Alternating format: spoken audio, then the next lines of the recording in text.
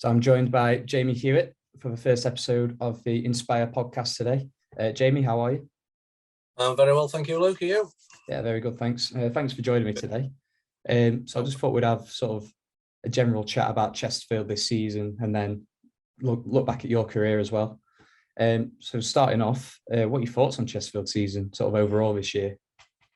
It's been quite a good season, to be fair. I mean, obviously, compared to the last few seasons, it's been quite successful. I mean, I know we've probably the injuries and everything has hit us quite hard, and we maybe have tailed off a little bit in the last couple of months. Everything that happened with the previous manager and the new one coming in has probably affected maybe a few of the results or things like that. But overall, when you look at it compared to the last 3 or 4 seasons, it's been in the National League anyway. It's been quite successful. They built a good squad. I think the board have got a lot of trust back. I think they're doing a lot of good work, working with local communities and charities and whatever. And I think the signs are hopefully positive for the football club. I think it's a lot about perspective as well, isn't it? When you look on Facebook or Twitter or something and you see some Chesterfield fans sort of moaning about the last couple of months, saying, yeah, "Oh, the title race is done," and oh, I don't know, just complaining basically. But if you look at this season compared to, like you say, the last four or five, it's it's completely different. Yeah. I mean, it's a lot better, and that's what football is. I mean, the trouble is there's 23 teams in the National League, and there are probably, you look at it, there are probably 8 to 10 who would expect to be top of that league. There's some big clubs in that league, and their fans will be the same. Fair play to Stockport; they've had a phenomenal run since Dave Challoner took over. I think they've only dropped 2 points in, is it 45 or something like that? Looking at my stats, and those 2 points are obviously against Chesterfield, but that is a fantastic run, and they're up there on merit. I mean, when you look at the league at the end of the season, it's the best team goes up because they'll have the most points through the season. So, and that's looking very much like Stockport now, unless something unbelievable happens this season with their team. It's looking like they're going to grab that place, and congratulations to them. But I think we've got to take positives from this season, and then hopefully we will make the playoffs. That's not written in stone yet, but we're definitely good enough. We were definitely good enough with the first team that we had before all the injuries, but obviously you've just got to get on with it. You can't moan about injuries and stuff like that. That's why we've got a big squad and a good squad. We've got probably 2 11s who would finish top 6 in this division. There's 2 11s, so we've got to get on with it. It's no good moaning about that and take the positives from the season. I mean, there were enough negatives over the last few seasons, so we take the positives from this season and move forward. If we don't make it in the playoffs or in this league again, I'm sure that some players will leave in the summer because it is a big squad, but then they'll be replaced by hopefully better players, and we'll have a good bash at it. I mean, it's tough with only 2 teams going up and only one straight up, so it's a tough league to get out of. But we've got to take the positives from the season. I mean, it's easy to moan. It's the people who say, "Well, I said this had happened, I said that has happened." That's just easy to say. That's easy for anybody to say. It's you don't usually hear those sort of moaners saying, "Well, I said they'd get promotion this season," because it's hard to predict. It's such a tough league, so it's easy to be on the negative. And we've still got obviously a football club to support, and the fan base has been absolutely fantastic this season. So you touched on it slightly there, but like you say, there's sort of 8 to 10 teams in this league. Stockport, Chesterfield, Wrexham, Notts County, and the list goes on of teams that have been established football league clubs. And there's been a lot of talk about it lately of the need for another automatic promotion place. Is that something that you're an advocate for? I think so. I mean, obviously, being a Chesterfield lad and being a Chesterfield fan, I mean, we would like another place. We probably wouldn't have done when we were in League Two, because then it's the League Two teams will be saying, well, no, because then we might end up in the National League. But the National League now, with the quality they've got, and you can see with the fans, I mean, 2,700 at Notts County on Saturday with a 10,000 gate. I mean, it's it's not non-league anymore. It's not where you're getting 200 supporters, one man and his dog, watching some part-time players. No disrespect to part-time players, but you're not watching the postman from round the corner and the guy who owns the pub playing against each other non-league and earning just like their expenses to go. It is League 5 now, and I think the coverage shows that with the TV. And even, I mean, a few years ago when I used to watch Soccer Saturday, they never mentioned the National League, but now the scores are coming up, the leagues are going up, and it is and I think to even it out, I think even if we were, when hopefully we eventually do get back into the Football League, I think there should be maybe three up, just like they do now, 3 up, 3 down and stuff like that. I think it's only fair with the size of the clubs in the league. I think when you look at some of the teams in the last few years that have gone from a National League to League 2 as well, you know, teams like Barrow, they've managed to keep themselves in there, and Sutton are doing relatively well this season, and even teams like Salford and Fleetwood, I know they had a bit of money behind them, but it's just showing that there isn't that gulfing class between League 2 and the National League, where it is, this is the Football League, this is non-league. It's sort of, the lines are sort of blurred now. Yeah, I think I totally agree with you on that one. I think before, probably, well, especially when I played, but probably even 10 years ago or anything like that, there was if a league team lost to a National League, and it was obviously different name then, but in the FA Cup or something like that, it was caused a major shock because they were relatively part-time players. But now I would say must be 90% in that league are full-time. And as you say, the teams that have gone up have held their own. And I looked at this season, and obviously before the little blip for Chesterfield or before the injuries, I mean, I had this discussion with quite a few people at the games that I go to, and I think we'd hold our own in League 2. And it shows that with the FA Cup. We beat Salford, and it was quite an even game, but that's good for Chesterfield being an even game, because obviously we're classed as non-league at the minute, and we were probably just that little bit better than Salford on the day. And I think we'd easily hold our own. It wouldn't be sort of a bit like you see in the Premier League when you see somebody go up, and then a bit like a Norwich when you cut adrift at the bottom and things like that. I don't think that would happen to the established National League teams. So I just wanted to go back to sort of your experience of Chesterfield this season. Obviously, you've done a little bit on commentary. What have you felt? What have you thought about that? And is it giving you a sort of new perspective on the game, or do you enjoy doing it? Yeah, I love doing the radio. They asked me a few times to start the season, and I've been quite a regular on the home games on the radio. And I always say, I mean, when I'm not on, I did go to the game and watch as well. But when you're on the radio, it gives you a totally different view of the game, because you don't hear the crowd so much. You've got the earphones on, but you have to watch the game in a different way. You sort of you're obviously watching the action, but you're lingering maybe on something that happened a few minutes earlier, and you're just seeing what happened there. Well, obviously Phil, who does it with me, he might be watching something else, so you can sort of bounce off each other, saying, well, you've seen that bit. He didn't really see that because he was looking at another side of the game, and it's concentrating for 90 minutes all the way through on the game. And I enjoy doing it because it gives me a different perspective. When I'm just sat in the stand, sometimes your mind wanders a little bit, or you look at your phone and you miss bits. But on the radio, you can't do that. And I really enjoy doing it because it gives me a big insight into the game and a different perspective of it as well. Okay, so we'll just go on to sort of your career now. And obviously, when we talk about players from your time, it's hard to not talk about the FA Cup run.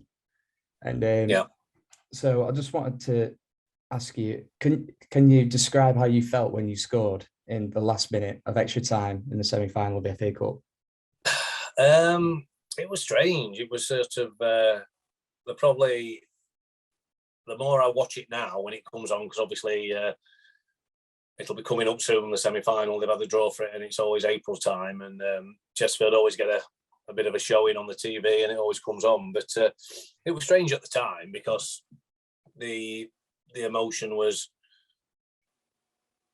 always sort of when you score a goal, especially when I scored a goal, because playing right back and I didn't score that many, and to score the goal was just it was a strange emotion. It was like elation and a bit of disbelief, I suppose, as well. But and yeah, it's just a feeling. It's really hard to describe. It's sort of it's just such a, that's what you're there. That's what you want to be doing when you're playing football. You can see why strikers feed on scoring goals. It's just such a fantastic feeling, and to score that one at the time didn't feel totally different than probably when I scored my first goal in my career. It was just such elation for scoring a goal, and but then when you look back on it, when I had time to think about it, and probably got back to the halfway line, thought, oh wow, this is a semi-final of an FA Cup. So with nearly 50,000 people at Old Trafford, which is a really iconic ground, and when you're growing up as a kid, you think, well, I'd love to play there, but you don't think it'll come true, sort of thing. Is it one of those things where, I suppose, well, obviously you'll know and I won't, but it's when you're in the moment, you sort of you try and block things out a little bit for the rest of the game, because obviously you're playing and you've got to stay professional. But then after the game, it's like, oh my God, what have I just done? Yeah, exactly. It's just like that. I mean, look, as luck would have it or not, it was, I think we got back to the halfway line, kicked off, and the ref blew the whistle. So there was not a lot of time for me to have to concentrate after the goal. But yeah, I think you've hit the nail on the head there. It's sort of after the game, you're thinking, wow, this is a massive game, and I've just scored a 119th minute equaliser. So yeah, I think you're right. After the game, it sort of all sinks in. So one of your teammates that day, Sean Dyche, I just wanted to get a little bit of insight on him, because obviously he's gone on to do great things at Burnley now in the Premier League. He's kept them, I think it's 7 or 8 years, but Burnley have been in the Premier League now. When you were playing with him, could you see that side of him when you were playing? Like, did you always think, oh, you're going to be a top manager? I don't think you think top manager, but he was always a leader. Yeah. He always had that in him. I mean, he came to Chesterfield as a young lad when I was there under Paul Hart. Came as a young lad and fancied himself as a bit of a midfielder and a bit of a ball player, but soon ended up as a big tough centre half, really. But he was good on the ball as well, Dyche. But he always had that sort of leadership quality. He was always, I think the first day he came, he was quite loud in the dressing room, and you have your certain players. Myself, in a way, I was quite quiet in the dressing room and not always sort of the loudest one there. But Dyche was always quite loud, always said his piece, and he thrived on it at Chesterfield. And then obviously he was made captain under John Duncan, and that was in the semi-final. Might have been the year before he was captain, can't remember it. And then obviously he led us in the semi-final, and he was always a leader on the pitch, so you could see that quality in him. And then obviously he had a few clubs after Chesterfield, and then moved in. I think it was the assistant to Brendan Rodgers, was he, at Watford or someone? I think that one. Then he took over there, obviously, and you could see that he was going to make a career sort of in that side of football. But obviously, you never know with managers. Chairman are funny things, and as soon as you have a bad run, you can be out the door, and it's hard to get another job. But Burnley have done well to stick with Dyche, and he's done an absolutely phenomenal job there. And another thing around that sort of time, it's one of those things that always comes up on Twitter and Facebook and what have you. It's the infamous game against Plymouth in the run up to the FA Cup semi-final. Oh yes, the good. So what are your sort of memories around that? Obviously it was a strange one, because the FA Cup run was going at the time, and like nowadays, obviously the squads are chopped and changed and rotated, and players are rested because of the load of football and the amount of games they play. And that's what we were doing then. John Duncan had to do that at the time. We had a few little niggly injuries, and it was the FA Cup was just a one-off for Chesterfield. It was such a big thing for Chesterfield, the town and the club and the players, that we were. I tended to play quite a few of the games. I didn't think he thought I'd probably get injured or anything like that, but I tended to play quite a lot of the games at right back. But Dyche was rested quite a bit, Paul Holland and things like that. And the Plymouth game, it swapped it round again. We had a few in, a few out, and it was a tough game. I think because we were doing well in the league at the time, and we were still trying to get in a playoff place. And Plymouth came and they made it terrible. They made it nasty for us. They played a nasty game. They were little niggly fouls and moaning to the ref and having a little snipe at us. And fair play to them. They were playing on our emotions, and we sort of bit. As we were losing, we got a bit frustrated, and Bruce Grobbelaar was in the net up to his antics, and I think we was getting back on level terms and getting close to, I can't remember the score. Did it end up 2-2? I think so, yeah. Yeah, and then obviously the corner came in, and Bruce jumped up, caught it, and then I don't think there was much of a challenge on it, but he went down like someone had given him a right hook, I think, and then one of their players had a go, and it's all sort of kicked off. The big Daz Carr and Kev Davis were a bit like Mike Tyson and Evander Holyfield in the box. The ref just stood back and watched it. There were quite a few players pushing and shoving, and as you say, it made headlines in the Sunday papers. It wasn't our finest moment, to be honest, and that impacted on our Wrexham quarter-final, because we had no Kev Davis, he was sent off, and Daz Carr, and there could have been a few more sent off, to be fair.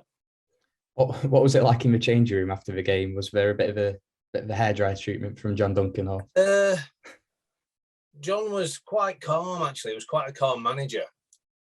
In his second spell at Chesterfield, he was, in a way, you could see. Obviously, he gave us a bit of a look.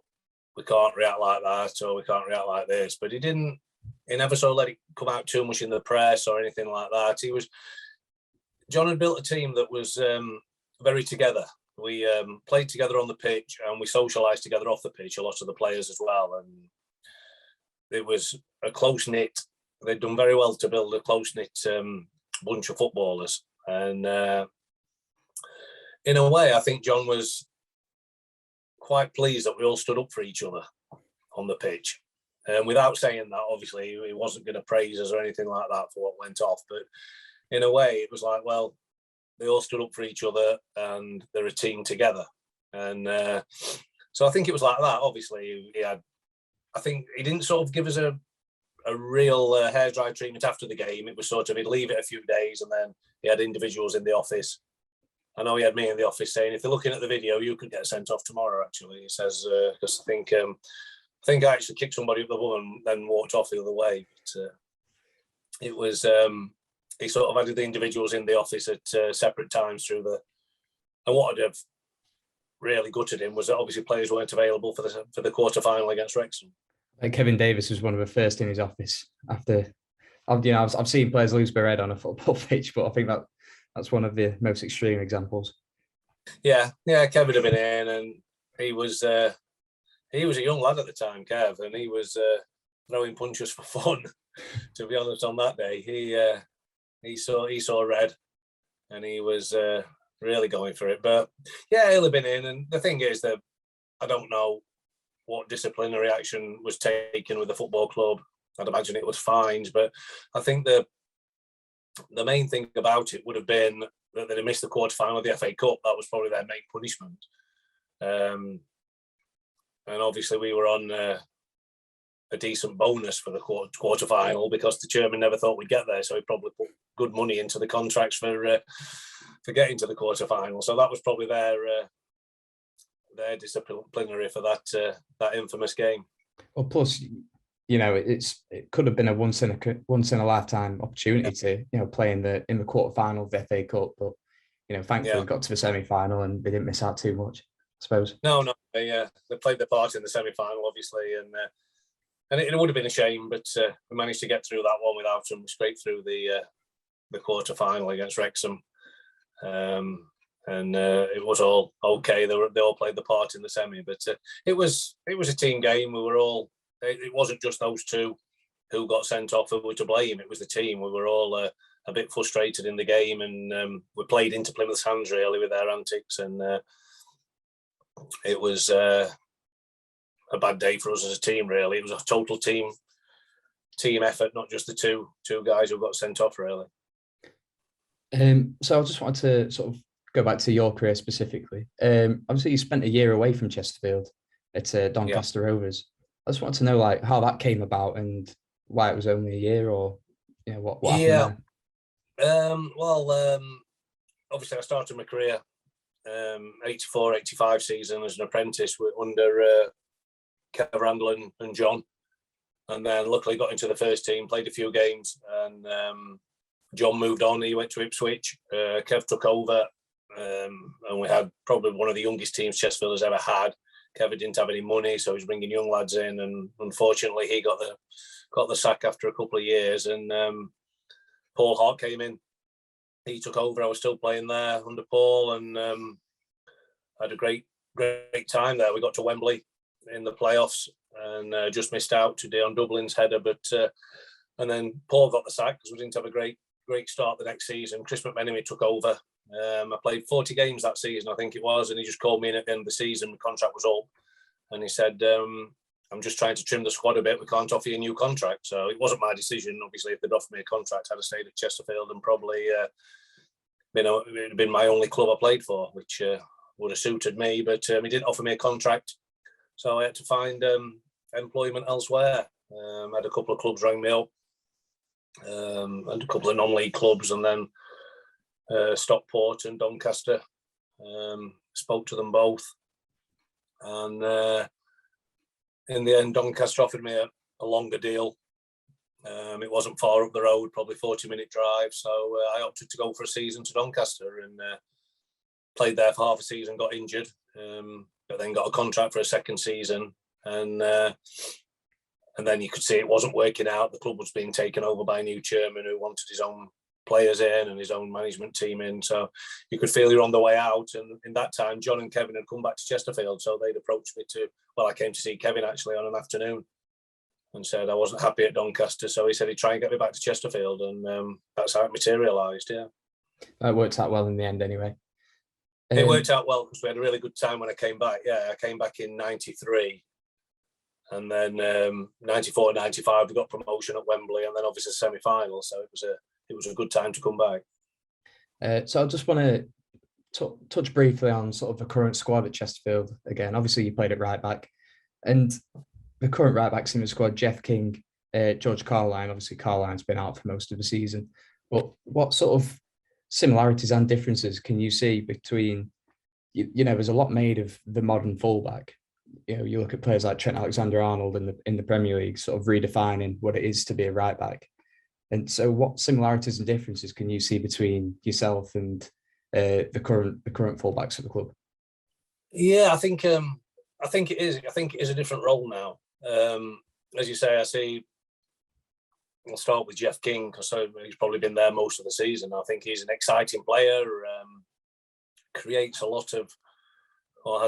a lot of opportunities for Chesterfield, penalties, free kicks, his shooting ability with some of the goals he scored. And I think they're more of an attacking force than we were. Our main objective when I was being coached at fullback was to defend, to stop crosses from the wingers, because the majority of the teams in my career played 4-4-2. Towards the end, a few were changing to a three at the back with wing backs, but it was majority 4-4-2. So it was, and John Duncan especially, was obviously he liked to clean sheet, John, and it was a back four. So when the ball was on the other side, I was tucking around covering the centre halves. When it was on my side, I was out trying to block the winger to stop the crosses.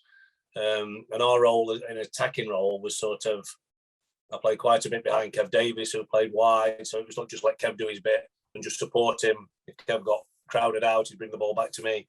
I'd either cross it or try and find a striker. So I was more nothing half as attacking as the fullbacks these days. They're up and down, and they're creating more. And probably they don't maybe have the defensive side as much. I think George Carline's a good defender. I think Jeff King probably, that's not the strongest part of his game, the defensive side. More of a winger than a fullback.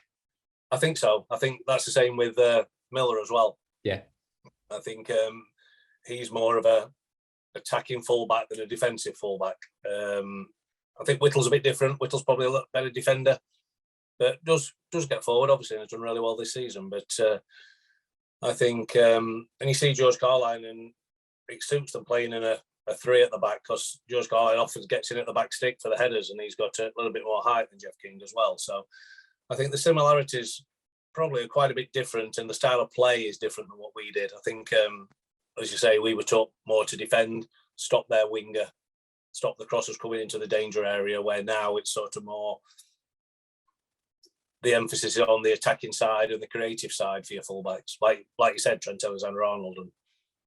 So you touched on him a little bit there, Alex Whittle. Yeah, where the Derbyshire Times have released their preferences for the player of the season, though. Alex Whittle is obviously one of the names on that. Would you give it to him, or would it be? I know he got injured in January, but Kabongo as well. Yeah, I mean, they've all got to be with a shout, and that's the beauty of football. Whatever club you support and whatever you do, it's all about opinions. And if Chesterfield are getting 5,500 a week, there's probably 5,500 different opinions to what the manager's doing at the football club. So the manager can never really win. But there's some standout candidates. Jamie Grimes had a good season. Might not get the player of the year, but he's had a good season. Jeff King has had a great season at fullback. I mean, I think probably maybe the last 7 or 8 games maybe hasn't been as effective as he was just before Christmas. And then, but you're looking over the whole season, he's been very effective for the football club.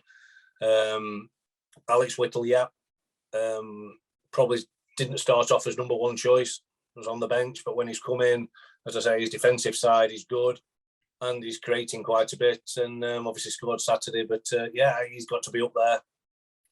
You'd have put Miller up there for